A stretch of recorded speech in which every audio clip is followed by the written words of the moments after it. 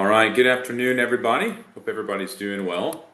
Thanks for joining us for today's webinar on Defense Advanced Research Projects Agency, or DARPA's Information Innovation Office, or the I2O Office-Wide BAA. Although that is a mouthful, we are going to distill all the information today about what it is, how you can access the funding, what sort of projects they're looking to fund, and what the application process looks like. So we'll be talking about DARPA and the I2O office today. Just a little bit of background. My name is Robert, Chief Revenue Officer for BW&CO. We are a grant writing firm based in Houston, Texas, and largely working with companies applying for these types of grants and contract opportunities across the board. So with us today is Christian Mueller, who's our Chief Grants Officer, who's going to be doing the presentation on the I2O program here shortly.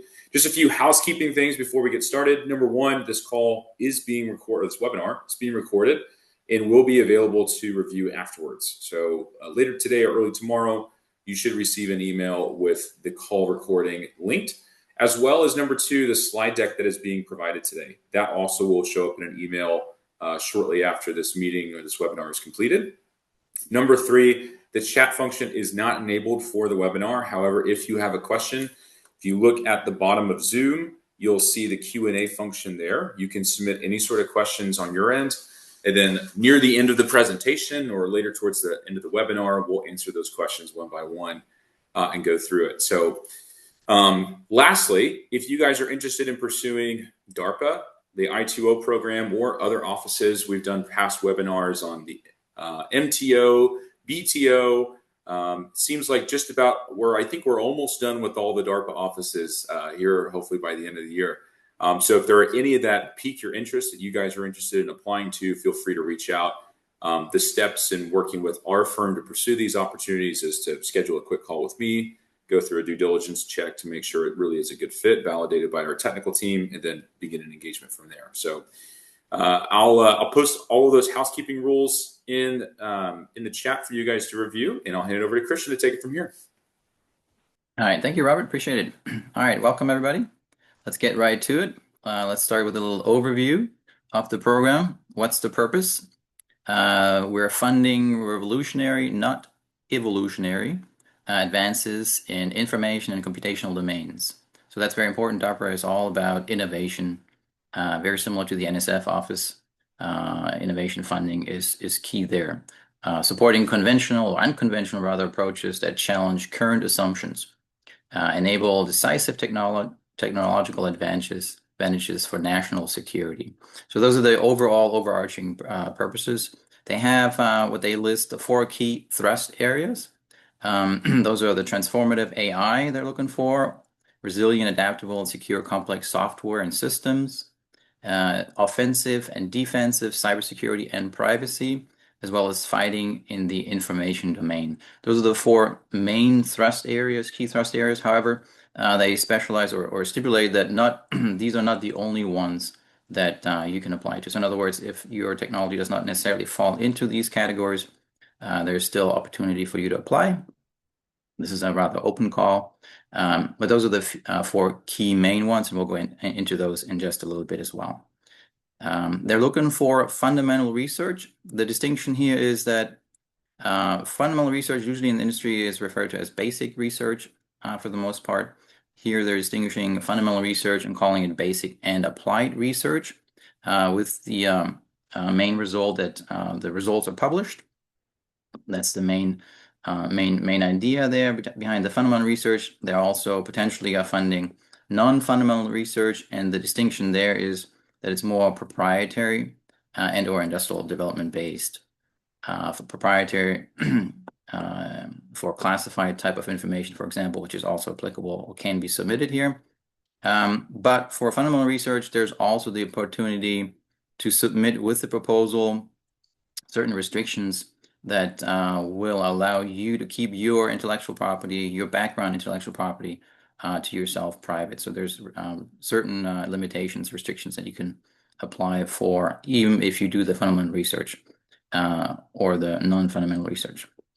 They're also looking for shorter periods of performance. They're encouraged, so normal is 6 months for a phase 1 and about 2 years for a phase 2 or thereabouts. They're all about getting things done quickly and efficiently, and so the shorter the period, the better to turn it around and get it implemented in the military at large. The funding sources are multiple, so multiple awards are anticipated. It's through November of next year, so it's still a long period. Cost share may be required. It's based on your company type, but also on the award that you're going to get, what kind of contract or award you're going to receive, and it's negotiable. And we'll talk about that in a second as well. Who's eligible? Most anybody, US and non-US. There's some restrictions, but for the most part, everybody is eligible for this. Security restrictions are notwithstanding. They are encouraging small businesses, historically black colleges and universities, and disadvantaged businesses to apply, which comes in handy later as we'll see how that benefits a small business in general. So they're encouraged to apply. However, they're not setting aside funds directly or specifically for those types of companies. So you still have to compete with other companies that are out there. Those who cannot apply are companies who have already completed the work, which makes sense. You cannot propose the work for already funded or approved DARPA or other agency work. And there's also some restrictions in terms of university research centers and federal R&D centers as well as national labs. So for those, you need to contact the point of contact for this grant, which is listed at the very end of the proposal, of this slide deck rather. There are no real specific TRL requirements listed. But because it's a basic and applied research type of grant, it goes anywhere from 2 to 3 on the low end to 8, 9 for the implementation part. Duration of the funding also not specified, but it's determined by the project itself, the scope, how much scope you propose. Of course, it has to be commensurate with that. Shorter periods are encouraged, as mentioned, and as well as the cost needs to be commensurate with the scope. The limits are also not specified here, but usually for a BAA of this type, you can anticipate anywhere from low millions, couple millions, to several millions in that range. The application process consists of 2 phases. One is the pre-application, or the abstract as they call it. This is the first one that needs to be submitted and approved before continuing on to the full format of the full proposal. It's a 5-page maximum, which does not include the cover sheet, bibliography, and a security plan. If you have classified information or submitting classified information, you will have to submit a security plan, which I'll talk about in a second as well. You include goals and impact, technical approach, and capabilities and management plan for those 5 pages, and then the bibliography as well, if required, if necessary. And you must use the abstract template. So there's an abstract template, makes it easy, that they'll provide on the website. The full proposal only after you get the award. So if you get the award for the abstract, then you're allowed to submit the full proposal, which consists of volumes 1, 2, and 3, technical, management, cost, and proposal summary slide. And this will not be available to you until and unless you get the award. So in other words, the specifics on the requirements of what they're asking for, you won't know until you receive that. There's also a standard cost spreadsheet that they have available online on the website. You can use your own, but it's highly encouraged, strongly encouraged to use that. Makes things simpler on the cost side of things. There are a couple of submission portals that you have to be aware of. For the abstract, those will be submitted through the DARPA Broad Agency Announcement Tool, the BAAT, as well as the full proposals, but they can also be submitted through the grants.gov, like many other proposals that are out there federally available. That's only for unclassified information. I mentioned classified information. You can submit, if required, for both the abstract and the full proposal, and those need to go a different route, however. So you would split up your proposal, and those would go into snail mail if needed, double envelope. There are certain restrictions on that. Or if you have access to a secure online portal already, like Savannah, DARPA uses Savannah, a tool, online tool that you can use. If you have that available, you can use that for those types of submissions. They will not, however, provide a a portal submission specifically just for this proposal. So if you don't have access, then you'll have to do the snail mail. The other required registrations, as I mentioned, SAM.gov, grants.gov, and then the BAA-T account as well.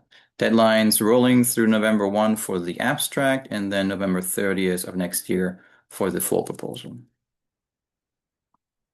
What are the chances of a small business? Small businesses have strong opportunities here.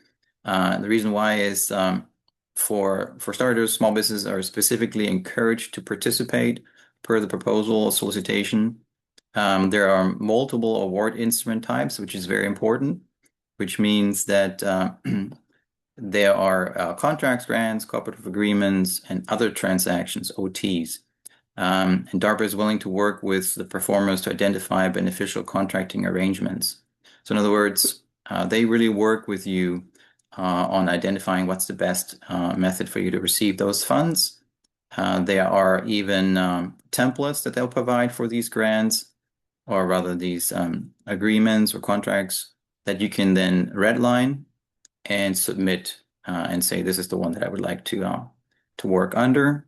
It's still up to the government to decide, but that's a strong indication that that small businesses can benefit from.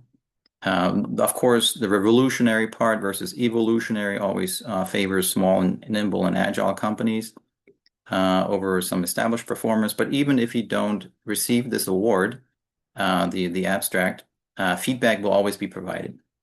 Very, very important. All kinds of grants that you're submitting, the feedback is important because a lot of times you can resubmit. You can make things better based on the feedback that you get, that you receive. So there's no reason why you wouldn't want to submit here in this case. Another thing that's really nice about DARPA is that they have lots of resources available to them as opposed to some other grant agencies. Starting with the Apex accelerators for portal setup like SAM.gov, as I mentioned earlier, or contract negotiations assistance in the end when you get the contract. Those are all very valuable tools or resources that you can go towards and utilize. Project Spectrum is for cybersecurity compliance support.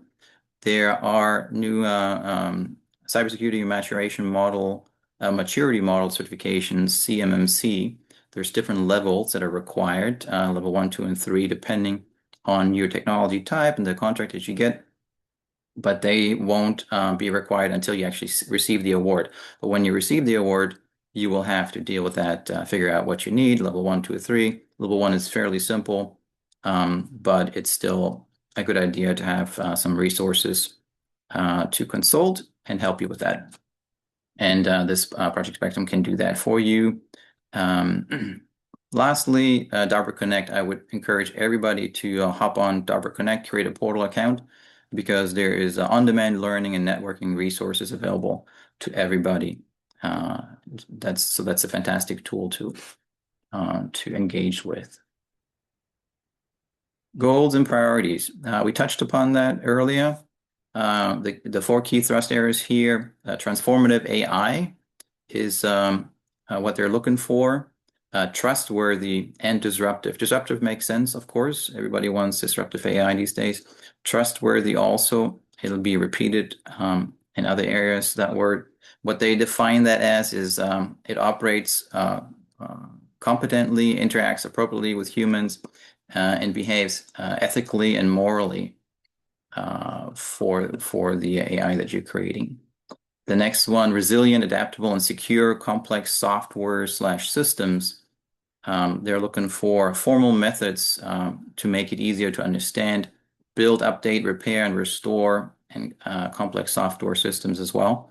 By formal methods, it's defined. There's a link on that. DARPA defines it as mathematical models that are used to implement in the life cycle, in the software life cycle, verification validation approach.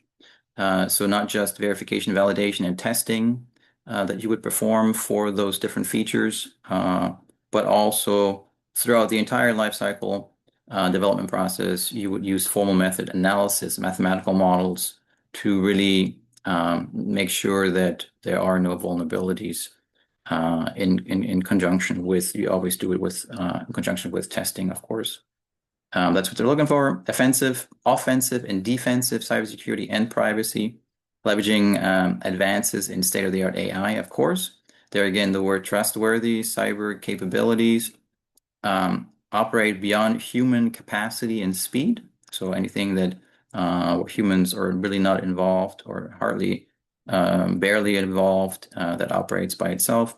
Anticipated adversary countermeasures is also part of this. And then lastly, fighting in the information domain.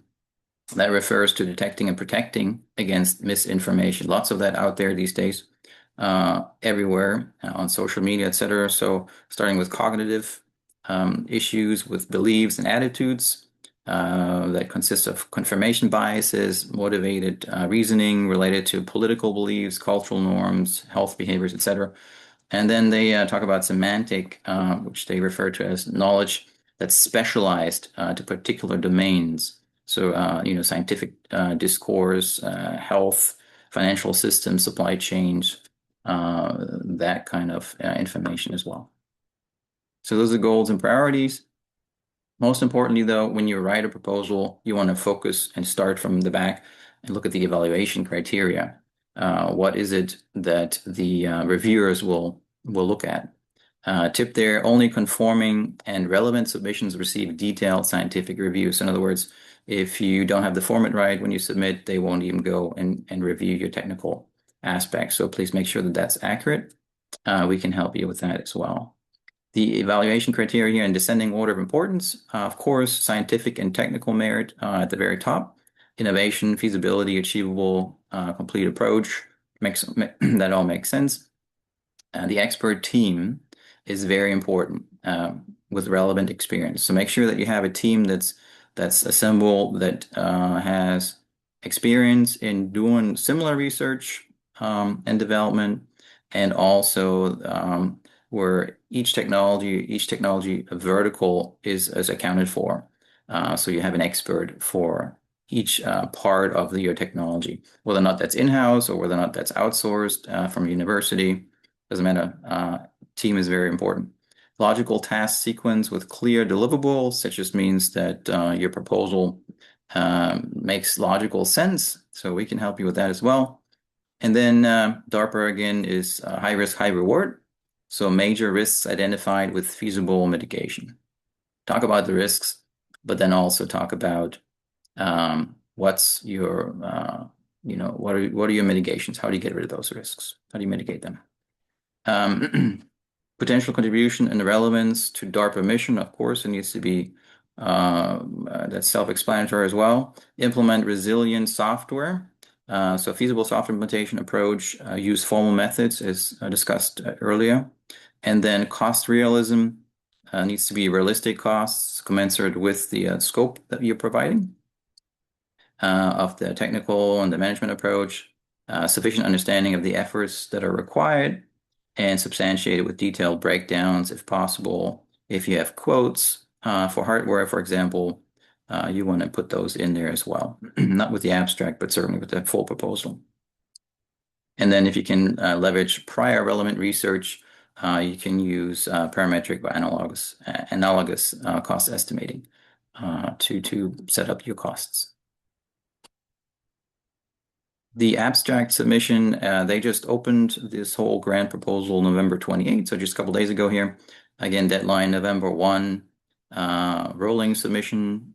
So at any time you can submit. They will also do ad hoc reviews, so you will receive feedback at any time, depending on when you submit, shortly thereafter. And even if you don't get it, you'll still get the feedback of how to improve. The full proposals then November 30th next year. That's the deadline, the final deadline. Again, all rolling submissions, but only if you receive the abstract to submit. Then we have funding vehicles. There's lots of different types.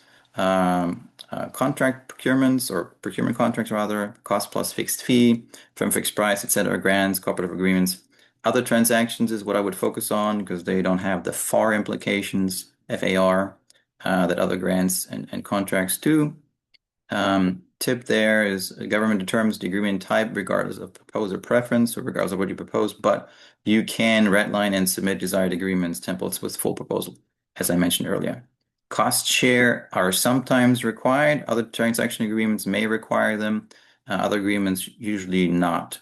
There another tip, cost sharing won't make or break the proposal, as high risk, high reward is discouraged by cost sharing for the most part. Budget components, you have direct costs, indirect costs, and all costs must make sense based on the statement of work. Allowables are labor, as usual, the usual suspects, material, equipment, fabrication costs, travel, when justified, and subcontractor costs. There are ITAR or potential ITAR implications or issues depending on your technology, whether or not it falls under the munitions list, and also on the type of work that you're proposing. Non-US participants, of course, there's more hurdles to jump through there, but again, it can be managed even with ITAR. IP ownership is also an issue determined by the instrument type and the negotiation. So whatever, whether or not you get a contract or a grant or another transaction, and whether or not when you negotiate, you can determine that. But also when you submit the proposal, you can already specify some of that as well. Fundamental research, the distinguishing factors there are the fundamental research and the non-fundamental research, where fundamental research, the results ordinarily published and shared broadly. But as I mentioned, you can put some restrictions on your intellectual background property. And where the other part, what they call non-fundamental research, that one is more for private, restricted, limited use of the government, especially when there's classified information involved. And classified is allowed to be submitted through abstract as well as proposals. And if you do, then it requires a security plan. It has these parts that are required for it. And certain restrictions apply as well. Who we are backed by 50 years of combined experience in grant leadership and entrepreneurship. We deliver tailored strategies to align your project with agency and program priorities. So we'll look at, for example, this grant, we'll look at your technology and whether or not it matches, or perhaps maybe there's some other grants. There's lots of different grants out there. And so we'll match your technology to all the possible grants that are out there, providing an end-to-end approach, transforming complex requirements into compelling narratives with even post-submission support. So if we help you get the grant, but then also the contract negotiations is part of that where we can help out as well. There's sometimes some nuances and some tricks there that you want to be aware of. We can also engage in stakeholder support, finding your TPOCs, communicating with your TPOCs, identifying your TPOCs and program directors, university contacts, because as I mentioned earlier, the team is paramount. You got to make sure that you have the right team in place. And for that sometimes means if you don't have them in-house, then you have to outsource and or get specific help from universities, etc. We also have a dedicated compliance team that helps us in the setting up of the proposal, or the portals rather, the SAM.gov and other registrations, as well as the submission part. So we submit all the proposals for you, so you don't have to do the uploading, which can be tedious at times. And so we streamline all that. That's us in a nutshell. Down here is just a brief more information about myself. The last slide that we have here is for any Q&A, any questions that you have specifically about the proposal. Of course, reach out to us if you can, but you can also reach out directly to the point of contact as listed here on this last slide, and have them answer your questions. You'll have specific questions, details about your technology and whether or not it applies and how it applies, etc. So feel free to reach out to them and ask the questions directly. You can also book a meeting with us. You have the booking links down here for Robert and myself if you would like to know more about this program, how you can work with us or other grants in general. And with that, I'm going to hand it back over to Robert. Yeah, that's great. Thanks, Christian. Appreciate the information on the I2O program. Just a little bit of housekeeping. So again, this webinar is recorded and will be sent after the webinar is finished, as well as this slide deck for you guys to be able to have as a frame of reference, especially this point of contact information for DARPA is going to be really helpful as well. If you have a question, you can go ahead and submit it now in the Q&A function in Zoom, and we'll start going through this in just a second. And yeah, as Christian mentioned, so obviously our firm works with really any sort of research and development type of non-dilutive opportunity, whether the grant or contract. DARPA obviously is largely focused on bringing technologies to the warfront through Department of Defense / DOW. And so we work with groups similar to that, like DARPA, like SBIR through DoD, as well as through AFWorks and similar programs, as well as other broad agency announcements through SOCOM and others, DHA. If you're looking at I2O and saying, hey, this is not my target area of emphasis or not really where my technology is probably the best fit, let's jump on a call. Happy to go over some of the other opportunities, whether that's through NSF, RPE, NIH, or other use cases as well. So go ahead and submit your questions. We do have one here. The question is, Christian, what if you filed a provisional patent already? How shall we approach the proposal submission?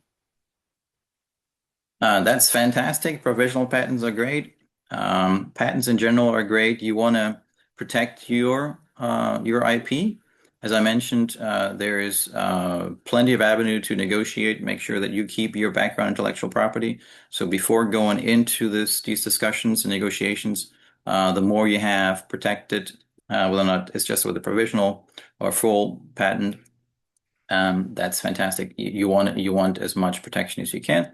But again, you have the opportunity to negotiate. So there's nothing to do at the proposal stage, other than when you negotiate the contract itself, you'll make sure that your IP is your IP. And if you already have patents, that's fantastic. Okay, great. So as we wait for some other people to submit questions, Christian, if I have a company and I have a technology in the cybersecurity space that's already producing revenue, is a DARPA program something I should be looking at for if there's maybe some use cases within Department of War? 100%. Yes. So if you're already producing revenue, that's even better, because then the Department of War knows that you already are capable of producing what you say you want to produce. So not just a pure startup, although of course pure startups are also encouraged to apply with the right team, as I mentioned. But if you already have something in the background, then that's more evidence for them to say, this is fantastic. Let's look at your new technology. Of course, then, as I mentioned, they're not going to pay for something that you have already developed. But new technology that you're developing alongside your current technology that you're selling is something that you can propose and therefore perhaps get funded through DARPA. Okay, great. Awesome. Last question here, and you're going to be graded against a large language model, Christian. So take this for what it's worth. But somebody put Gemini. They asked Gemini 3 Pro about the I2O Office, and they said basically Gemini said that the I2O Office BAA is essentially a seedling program with $300,000 to $500,000 awards over the course of a period of performance of 3 to 9 months. Is that true? That's a good question. We'll have to verify that. I haven't seen those stats yet. They're not anywhere in the proposal itself or the solicitation itself. It could very well be. DARPA has ranging, in terms of the contract length. I mentioned it's short, so that sounds about right in terms of the period of performance, 3 to 9 months, the turnaround. And for that particular period of performance, 300 to 800,000 or something like that in that range makes sense as well. If it's longer than that, if it's over 9 months in period of performance, then of course you would expect us to go over several millions. So if indeed it is only 3 to 9 months, then that the cost makes sense. So we'll verify that and we'll update the slides accordingly here. All right, great. Awesome. Well, thanks everybody for joining us for today's webinar. Again, this recording will be sent out here shortly, as well as the slide deck that was presented. If you're interested in using our services to apply for the opportunity or other opportunities as well, feel free to schedule a call with myself and we'll go forward with those next steps. So hope you guys enjoy the rest of your day. We'll talk here again soon. Cheers.